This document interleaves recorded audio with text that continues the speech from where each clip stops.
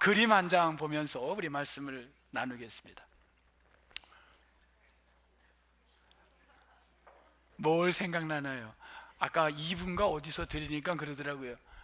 고양이가 새끼를 낳는데 쥐를 낳았어요. 예. 그래서 제가 이 창의적인 생각은요, 이 보통 생각이 아니에요. 여러분, 저 그림을 보면서 뭐가 떠올랐나요? 미국의 카툰 만화 영화에, 그래요, 아주 대단한 만화 영화인데 톰과 제리는 오래된 거예요. 그 골탕먹이잖아요, 그죠? 누가 항상 이겨요? 쥐가 이겨요. 네, 좋습니다. 톰과 제리. 또 기억나는 게 있나요? 저는 왜 이 그림을 오늘 뽑았냐면, 묘소동초라는 말을 꺼내려고 합니다. 묘소동초. 고양이, 묘와 쥐, 서와 같을, 또 행동이 같은 동과 또 어디예요? 있는 처. 우리가 여기 있는 이곳, 장소의 이곳 처를 상징하는 묘소동초입니다. 저 한자어는 보통 한 해가 시작될 때에 전국에 있는 대학교 교수들이 설문을 묻습니다. 어떤 게 우리 금년에 우리 국민들에게 알려질 그런 단어가 되겠습니까? 하면 사자성어로 물어오는데, 거기에 한 600여 명이 금년에 이렇게 답을 줬습니다. 그 가운데 가장 많이 나온 거를 이렇게 뽑습니다. 2021년이 묘소동초였습니다. 여러분, 생각해 보세요. 고양이하고 쥐하고 같이 있을 수 있어요? 절대로 같이 있을 수 없어요. 고양이하고 쥐는 어때요? 서로 달라도 너무 달라. 절대로 같이 할 수 없습니다. 그런데 같이 있다는 거예요. 왜? 목적이 있다는 거예요. 둘 다 목적이 있는 거예요. 어떤 목적이냐면, 쥐는 땅을 파고 굴을 파서 먹이를 먹겠다는, 곡물을 빼앗아 가겠다는 목적이 있습니다. 고양이는 어떤 목적이 있냐면요, 쥐를 잡겠다는 목적에 굴 속으로 들어가는 겁니다. 그래서 묘소동초가 되는 거예요. 톰과 제리도 골탕 먹이려는 목적으로 같이 만날 겁니다. 저는 왜 묘소동초를 이야기했냐면, 다시 요한복음의 본문으로 돌아왔습니다. 이제 성탄의 절 끝나고 다시 돌아와서 요한복음 18장 지난번에 이어서 가려고 하는데, 이 본문을 가지고 오늘이 1년의 마지막 송년주일입니다.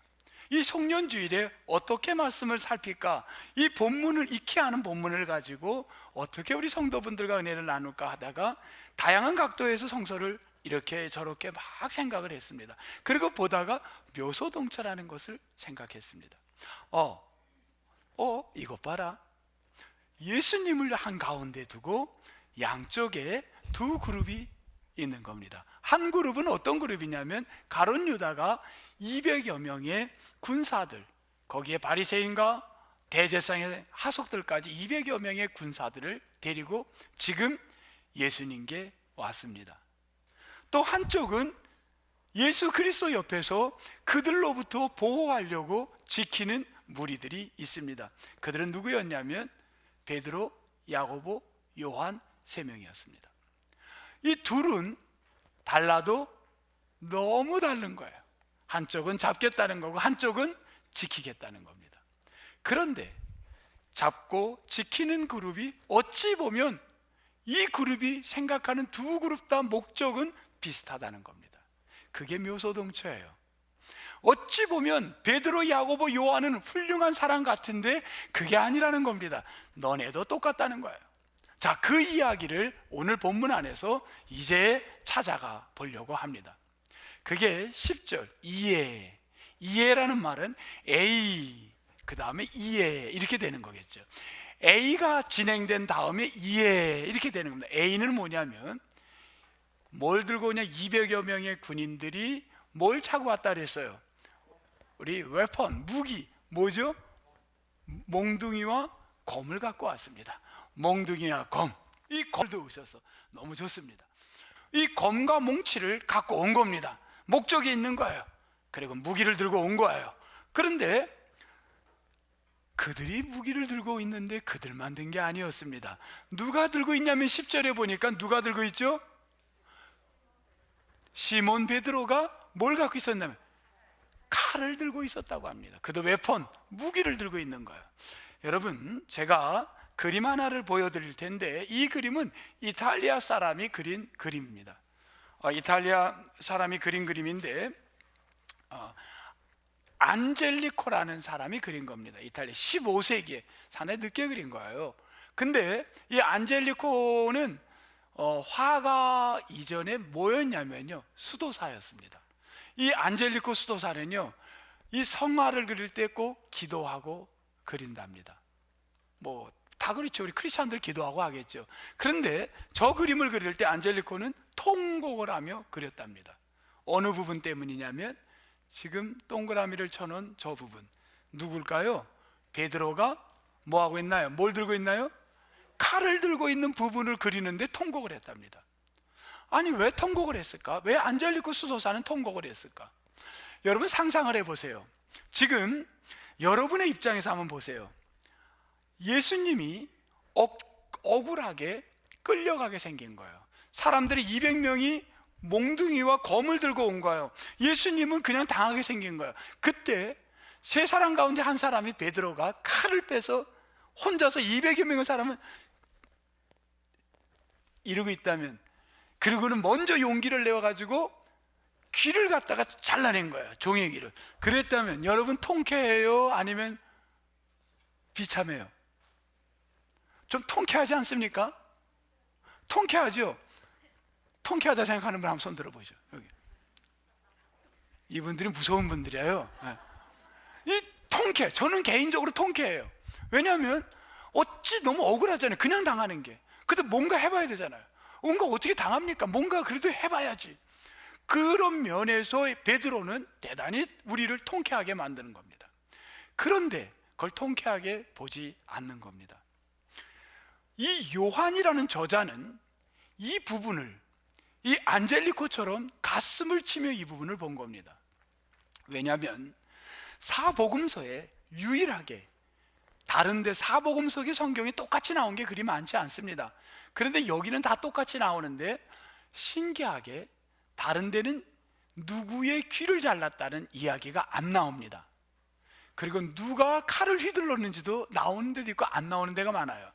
그런데 유일하게 저자 요한은 누가 칼을 뺐냐면 베드로가 뺐다, 그리고 누구의 귀를 잘랐냐면 말고의 귀를 잘랐다는 것을 집중해서 썼습니다. 그거는 예사롭지 않게 봤다는 거예요. 지금 저자 요한은 여기를 집중해서 기록하고 있는 겁니다. 사람들에게, 독자들에게, 읽는 자들에게 여기를 주목하라는 겁니다. 왜 주목을 시켰냐면 통쾌해서 주목시키는 게 아니라 안젤리코처럼 가슴을 치는 일이 있었던 겁니다. 왜냐하면 우리가 볼 때는 대단한 용기 같고 마치 믿음의 대변자 같고 뭔가 한 것 같아요. 뭔가 크리스찬으로서 그래도 뭔가 했던 액션을 한 것 같은데, 그런데 여러분, 자기가 떳떳하기 때문에 요한은 이 당시 사회에는요, 2000년 전에 어떤 풍습이 있었냐면 죄인은 어디를 잘랐냐면 귀를 잘랐는데 어느 쪽 귀를 잘랐냐면 오른쪽 귀를 자르는 게 풍습이 있었습니다. 오른쪽 귀가 잘린 사람은 나는 죄인이라는 상징적인 거였습니다. 지금 요한은 어디를 집중했냐면요, 말고의 어느 쪽 귀가 잘렸다는 걸 썼습니까? 오른쪽 귀가 잘렸다라는 걸 기록하고 있습니다. 그거는 지금 베드로는 나는 떳떳하게 저들의 잘못을 응징했다라는 걸로 내리친 겁니다.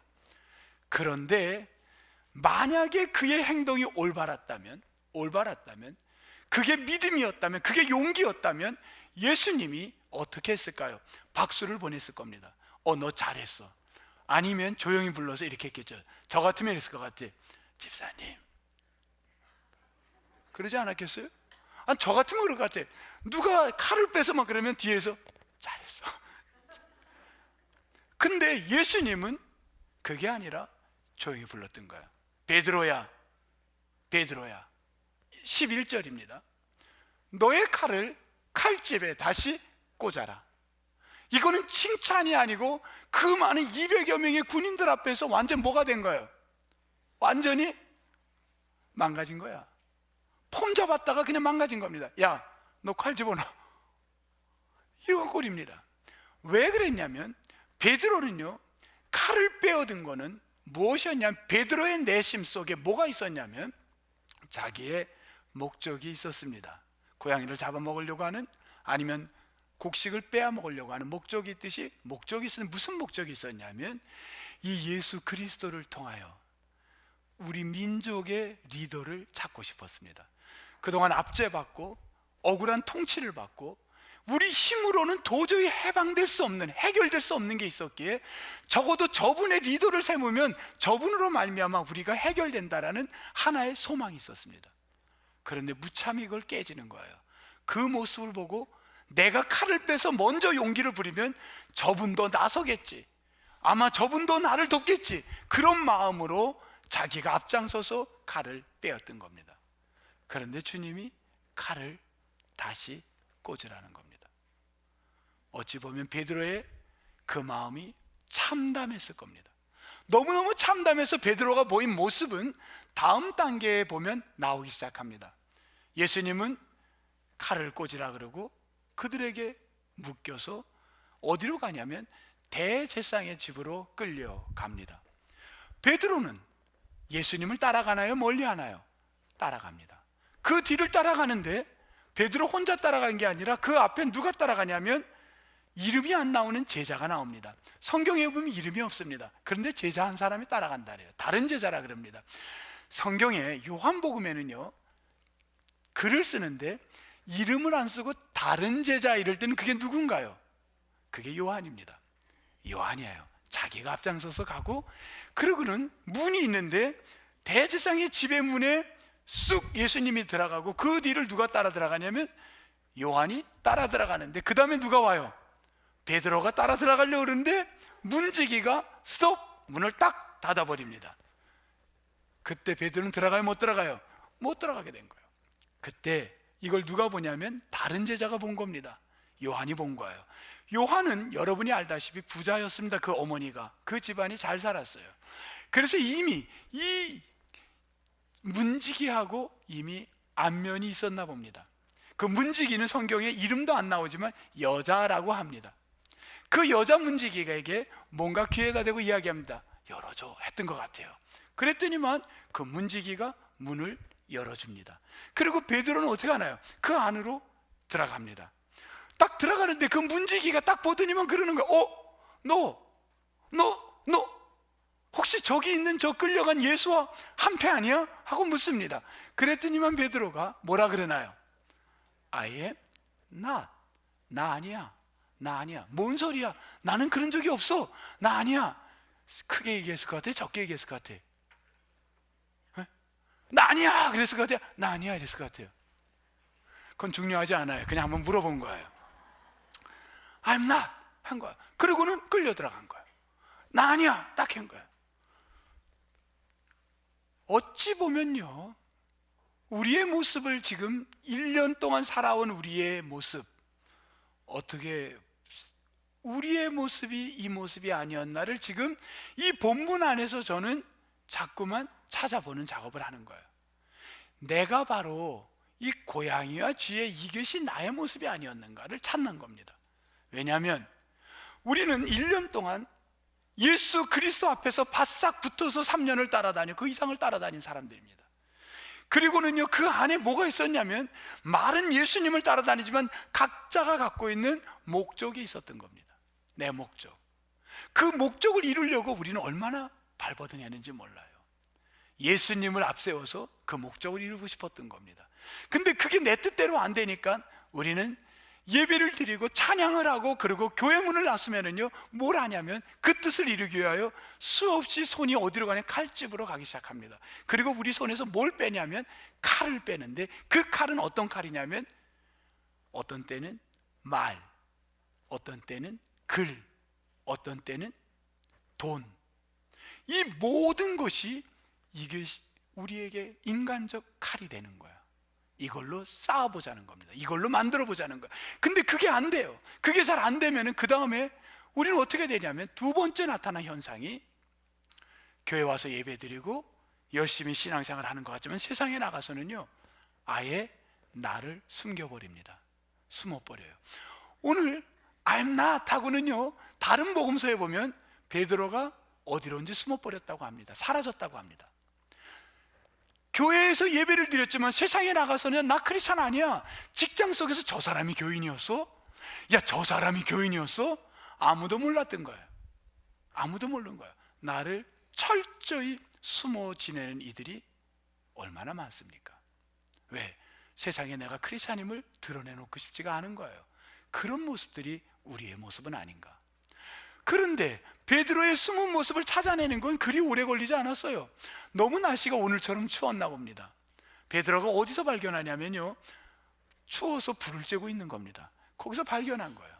불을 쬐고 있는 베드로를 보고 그때 한 사람이 또 묻습니다. 거기 몇 절에 나오냐면 25절입니다.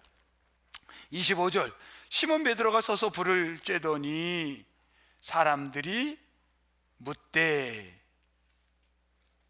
우리 요거 넘어가기 전에 여러분 하나만, 제가 아까 숨었다 그랬잖아요. 사람이 얼마나 적어야냐면요, 여러분 제가 하나 뭘 보여드리려고 그러는데, 요걸 보고서는요, 지금 이 사람들이 뭘 하냐면요, 지금 버스를 기다려요. 버스를 기다리는데 몇 번인지를 한번, 여러분 그림을 한번 몇 번 버스를 기다리는지 한번 보겠습니다. 한번 보세요.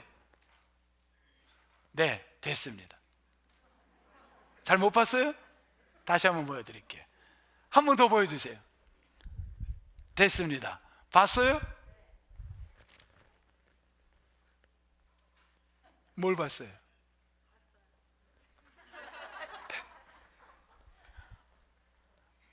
여러분 저기에 몇 사람이 기다리고 있었나요?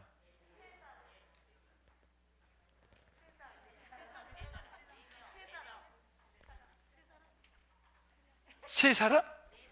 네 사람? 다시는 안 보여줘. 몇 사람이 기다렸던 것 같아요. 지금 몇 사람이 기다렸냐면요, 세 사람이 기다렸어요. 세 사람이 기다리고 한 사람은 고시였습니다. 고시? 다시 한번 보겠습니다.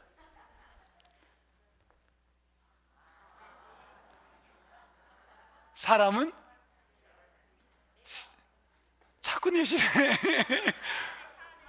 응? 아, 차 안의 아이. 그건 차 타고 있는 거예요. 기다리는 건 아니고 차 안의 아이. 아, 야, 예리하네. 차 안에까지도 봤어. 네. 저 여자는 혹시 뱃속에도 애기 있지 않나? 네, 어쨌든 한 사람은 고시였습니다. 그리고 사람은 셋이었어요. 왜 제가 이걸 했냐면, 사람은 지금 제가 여러분을 슬쩍 흘렸어요. 뭐로? 번호 쪽으로 방향을 틀어버렸습니다. 그때 여러분의 관심은 번호를 향한 거예요. 우리 보고 싶은 것만 본다는 거예요. 그렇죠? 사람은 자기 관심만. 베드로의 관심은 오로지 자기 목적밖에 없었기 때문에 그는 거기에 집착하고 결국은 뜻대로 안 되면 숨어버렸다. 여기까지입니다. 그런데 지금 제가 아까 25절에 봤더니만 불을 쬐고 있는 이 베드로에게 한 사람이 그럽니다. 너도 그 제자 중 하나가 아니냐? 이때 질문, 아니냐는 헬라어로 뭐라고 물었냐면요, 메라고 물었어요. 메. 이 메는요, 이런 거예요. 제발 아니기를 바라는 거예요. 제발 부정이 나오기를 바라요. 너가 아니지 하는 거예요. 그러니까 너 그 사람 옆에 없었지 하는 거예요. 그러니까 뭐라 그러겠어요, 베드로가? I'm not. 나 아니야. 나 없었어.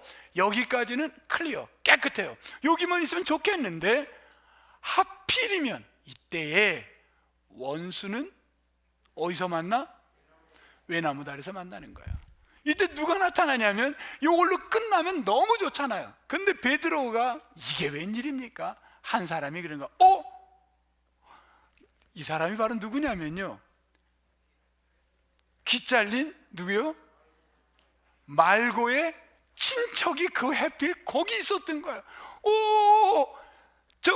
친척 누구 말고기 자른 사람인데 내가 봤어, 너도 있었잖아 하고 이야기하는 겁니다. 더 강한 근거를 대니까, 증거를 대니까 거기에 인간의 본색이 드러납니다. 베드로의 본색이 어떻게 드러나나요? 여기는 안 나와요. 여기는 부인만 했다 그러는데 다른 복음서에 보면요, 저주했다고 합니다. 여러분, 안젤리코는 통곡할 수밖에 없는 겁니다. 저주했답니다. 왜? 나는 예수, 그런 막 욕을 했겠죠. 모르 하고 이야기한 겁니다. 나는 모르.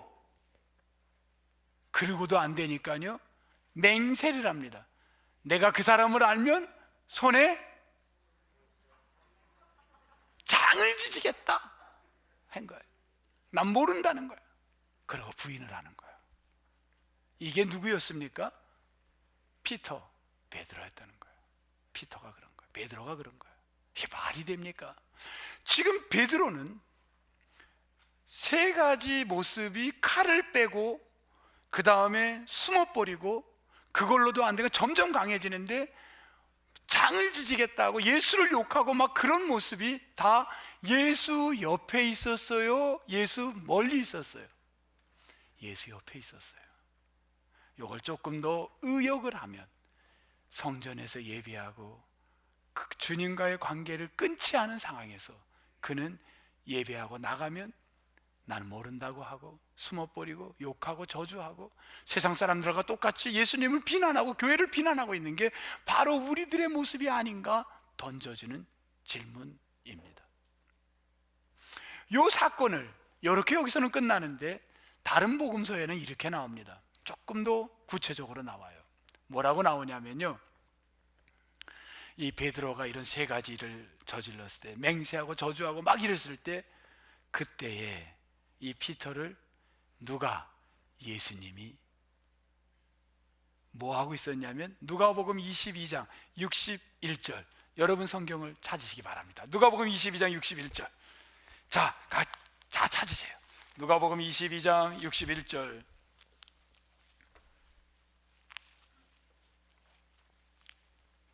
누가복음 22장 61절 135면 우리 보겠습니다.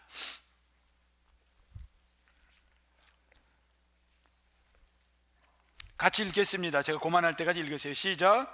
주께서 돌이켜 베드로를 보시니, 고만, 여기까지입니다. 주님이 누구를 봐요? 베드로를 뭐 했어요? 보고 있는 거야. 이 보다라는 거는 블레포입니다. 블레포. 그런데 여기에 엠블레포라 그랬어요. 엠블레포. 헬라어로. 엠블레포는요, 보는데 뭘 보냐? 어떻게 보냐? 마음으로 보는 거예요. 여러분, 사람을 볼 때 눈으로 보는 게 있고 마음으로 보는 게 있어요. 감정으로 보는 게 있어요. 예수님이 마음을 다하여 보고 있는 겁니다. 예수님이 지금 누구를 보고 있냐? 이 베드로, 예수님을 욕하고 저주하고 그렇게 욕을 하는 이 베드로를 주님이 미워하는 마음으로 보나요? 야단하는 마음으로 보나요? 엠블레포, 치근한 마음으로, 안타까운 마음으로 지금 보고 있는 거예요. 저는 이렇게 봅니다. 1년 한 해 52주 동안 우리가 살아온 것을 우리 주님이 저 하늘에서 엠블레포, 치근한 마음으로 우리를 바라보고 마음으로 바라보고 있는 줄 믿습니다. 보고 있는 거야. 우리를 바라봐요. 얼마나 그 치근한 마음을 느꼈든지 베드로가 어떻게 행동을 하나요? 62절, 누가복음 22장 62절, 베드로가 뭐 했습니까? 그 모습에 그 눈을 보고 뭘 해나요? 통곡하는 거예요. 가슴을 치며 통곡하는 거예요. 금년에 이제 며칠 안 남은 이 기간, 어떤 사람은 가정에서, 어떤 사람은 여러분 성전에서, 새벽에 교회에서 어떤 모습이라든지 남은 기간 우리가 해야 될 거 분명한 게 있습니다. 가슴을 치며 1년 동안 내가 부끄러웠던 거를 하나님 앞에 가슴을 치는 시간 가지시기를 바랍니다. 통곡의 시간이 필요한 거예요. 내가 1년을 이렇게 살았습니다. 주님은 나를 갖다 이렇게 엠블레포 하는데 마음을 치근히 보고 계시는데 나는 정말 주님의 마음을 아프게 했어요.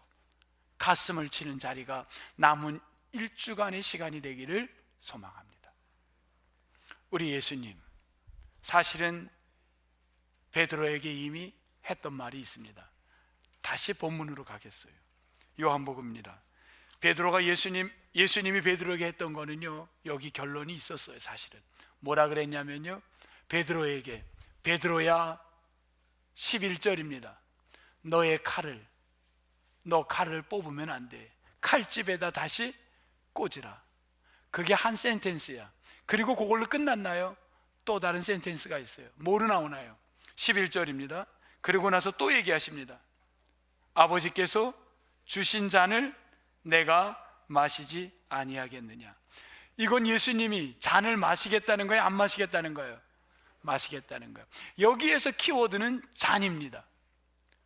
베드로는 인생의 문제를 뭘로 해결하려고 그랬나요? 검으로 해결하려고 했습니다. 그런데 예수님은 검으로 해결하지 말고 뭘로 해결하려고 그랬나요? 잔으로 해결합니다. 검 대신 잔입니다. 이 잔은 뭔가요? 잔이라는 말은요, 포테리온이라는 헬라어입니다. 포테리온은 항상 성경에 잔이라는 단어가 나오면요, 꼭 생각해야 되는 게 십자가, 고난 생각해야 되는 거예요. 십자가의 고난, 죽음을 생각해야 되는 거예요. 예수님은 이런 거예요. 내가 십자가의 고난을 가야만, 내가 이 잔을 마셔야만 너가 죄에서 용서함을, 1년 동안 너의 부끄러움의 모든 어리석음을 용서받는 길은 내가 십자가의 잔을, 고난을 마셔야 된다는 거예요. 그래서 내가 이 길을 가야 한다는 겁니다. 여러분, 예수님이 잔을 마시는 걸 기뻐했나요? 싫어했나요? 싫어했어요. 겟세마네 동산에서 바로 얼마 전 예수님이 잔을 피하게 해달라고 뭐 했나요? 기도했습니다. 그런데 아버지의 뜻이 잔을 마시는 거였어요. 아버지의 뜻을 따랐나요? 자기 뜻을 따랐나요? 아버지의 뜻을 따랐습니다. 오늘 예수님이 마태복음 20장 23절에서 우리에게 들려줬던 말이 있습니다. 아니, 제자들에게 했던 말이 있어요. 치맛바람이라는 거 여러분 아세요? 치맛바람, 설명이 필요하나요? 예수님의 제자들, 치맛바람이 일어났습니다. 누가 오른쪽입니까? 누가 왼편입니까? 그때 예수님이 그 제자들에게, 그 어머니가 치맛바람을 날릴 때 그 아이들에게, 자녀들에게, 제자들에게 얘기합니다. 내가 주는 잔을 마시는 것이, 이것이 내 길을 가는 거지, 너희들이 오른쪽 왼쪽이 중요한 게 아니란 이야기를 합니다. 여러분, 잔을 마시는 것, 아버지의 뜻을 따라가는 길이 축복된 길인 줄 믿습니다. 우리는요, 지우고 싶은 게 얼마나 많은지 몰라요. 지나간 일들 다 지우고 싶어요. 이거 지우고 싶은 거. 여러분, 1년 동안 지우고 싶은 게 있어요? 없어요? 없어요? 참 많아요. 여러분, 지우는 걸 지울 수 있습니까? 컴퓨터는 지울 수 있어요. 리셋하면 돼요. 아니면 리스토어 시키면 돼요. 그런데 인생은 지울 수가 없습니다. 지나간 일을 지울 수가 없어요. 어떤 아가씨가, 20살 된 아가씨가 통곡을 하고 울고 있어요. 너무 치근해. 다리에 앉아서, 걸터 앉아서 하고 울고 있는 거예요. 그랬더니만 90이 되신 할아버지가 그 옆에 가서 앉았어요. 아가씨, 왜 그렇게 울어? 할아버지, 말 걸지 말아요. 나 울고 싶어. 나 죽고 싶어. 엉엉 울어요. 얘기해봐. 그랬더니 얘기해요. 남자친구가 헤어졌어. 난 죽을 거야. 그리고 막 우는 거야. 할아버지가 그럽니다. 에이구, 나도 옛날에 그러고 싶은 때가 있었어. 죽고 싶은 때가. 그런데 나봐, 지금 얼마나 행복해. 난 너무 행복해. 그러면서 이 할아버지가 하하하하 되고 웃는 거야. 난 너무 즐거워. 옛날엔 나도 죽고 싶고 여자친구 헤어져서 내가 인생이 망가졌다고 봤는데 지금은 기억도 안 나. 그 아가씨 생각도 안 나. 다 잊어버렸어. 그렇게 사는 거야. 진짜요? 그럼 할아버지, 언제 잊어버렸어요? 언제부터 생각이 안 나요? 할아버지가 멈칫하는 거예요. 그러더니 할아버지가 조금 있다 얘기를 하는 거예요. 작년인가 재작년인가 그때부터 생각이 안 나? 그러는 거예요. 그랬더니만 잠시 후 풍덩 소리가 나는 거예요. 물 떨어지는 소리가. 아가씨가 떨어져 죽었어. 왜 죽었을까? 너무 오래 90세까지 기다려야 되니 차라리 죽는 게 낫다는 거예요. 이때는 웃으라고 한 말인가? 웃어야 돼. 여러분, 지운다는 게 쉬운 게 아니에요. 어떻게 지웁니까? 인생의 문제, 아픔은 지워지지 않아요. 여러분 멀리 갈 필요 없어요. 여러분 죄송합니다. 아내를 생각하세요. 아내. 부인하고 싸우면 부인들이 기억해요, 안 해요? 옛날에 그걸 다 기억해. 잊어버리질 않아요. 우리의 인생의 문제는 절대 지워지지 않습니다. 그러면 우리는 어떻게 하는가요? 1년 또 지워지지 않는 걸로 살라는 건가요? 아닙니다. 성경은 우리에게 위로와 희망을 줍니다. 오늘 말씀을 주신 거예요. 뭘 줬나요? 예수 그리스도가 잔을 마시는 것, 십자가에 달리는 길, 우리 주님이 십자가에 달려서 그 길이 곧 우리의 어리석고 부끄러운 모든 것을 용서받는 길인 줄 믿습니다. 그 길밖에 없는 거예요. 그 길을 따라가라는 거예요. 그리고 주님은 베드로를 엠블레포, 치근한 마음으로, 불쌍한 마음으로 바라보시고, 그런 베드로를 야단했나요? 너 이놈아 그렇게 해서는 되겠냐 그랬나요? 천만의 말씀. 우리 주님은 베드로에게 뭘 줬나요? 또다시 사명을, 일거리를 주십니다. 일거리 주는 부분은 오늘 파트가 아닙니다. 그건 다음 시간에 해야 될 파트라 여기서 멈춥니다. 여러분, 오늘 해야 할 일은 지나간 나의 1년간 부끄러웠던 52주간의 삶을 통곡하는 일입니다. 가슴을 치며 통곡해야 합니다. 내가 왜 이렇게 살았나? 혹 여러분, 이 적용이 아닌 사람이 대부분이지만 혹 한두 명이라도 있다면 통곡하세요. 내가 그러고 싶은 게 아니었는데, 그런 게 아니라 내 감정 컨트롤이 안 돼가지고 그만 후회가 되는 일들이 얼마나 많습니까? 심지어 내 아들에게, 내 딸에게, 자식에게 내가 내 감정 컨트롤이 안 돼가지고 못된 짓을 한 거예요. 화를 낸 게 너무 못된 짓을 한 거예요. 이게 자식에게 평생을 지워지지 않는 겁니다. 자다가도 그 자식이 눈을 뜨면 그 생각이 나는 거예요. 아버지 하면 그 생각이 나게 해내는 거예요. 이거는 자식에게 상처를 준 거예요. 멍을 준 거예요. 여러분, 지울 수가 없어요. 이미 저질러진 거예요. 그걸 어떻게 지웠습니까? 혹 우리 가운데 그런 사람이 없겠지만 혹 그런 마음이, 이런 일이 있었다면 가슴을 쳐야 됩니다. 하나님, 내가 나쁜 사람이었습니다. 내가 나쁜 사람이었어요. 나를 용서해 주세요. 혹 우리 가운데는 그렇지 않겠지만 혹 우리 가운데 너무 내가 기분이 나쁘고 너무 불쾌하고 너무 화가 나가지고 부인하고 싸우다가 그만 정말 가슴에 못을 박는 행동을 한 거예요. 정말 그러면 안 되는데, 이건 내가 크리스찬으로 절대 해서는 안 되는데 주소 담을 수 없는 말과 행동을 내가 보인 거예요. 그런 사람이 있습니까? 그런 일이 있었나요? 가슴을 치세요. 남은 며칠 혼자라도, 조용히 혼자라도 가슴을 치며 통곡합시다.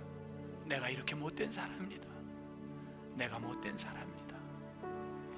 저는 한번 저를 또 생각해 봤습니다. 설교를 준비하면서 저를 원고에다 써봤어요. 금년에 총회 일을 한다고 막 일을 했는데 그게 하나님의 일이라고 했지만 속에는 김한호를 나타내려고 몸부림한 건 아니었는가? 그렇다면 너무 부끄러운 거예요. 숨고 싶은 거예요. 너무 부끄럽기 때문에. 그런 게 있다면 저는 가슴을 쳐야 될 거예요. 여러분, 1년을 마무리하는 이제 며칠 안 남았는데 우리가 지난 한 해를 한번 각자가 한번 이렇게 반추해 봅시다. 그리고 너무 부끄럽다면 이건 누구에게도 말 못하고 이거 혼자만이 아는 거예요. 어디 가서 얘기를 하겠어요.